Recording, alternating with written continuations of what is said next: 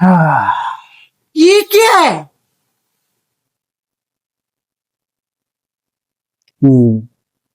আয়া বইলাম, হ্যাঁ আমার দেখলি না ভাই। ও ভাই, কি হলো?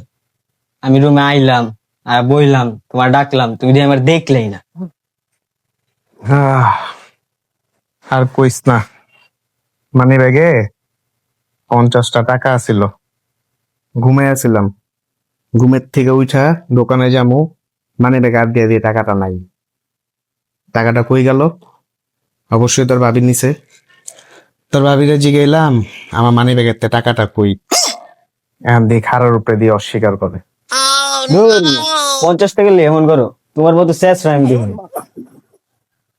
যাই কস, টাকাটা জরুরি আছিল। হ্যাঁ,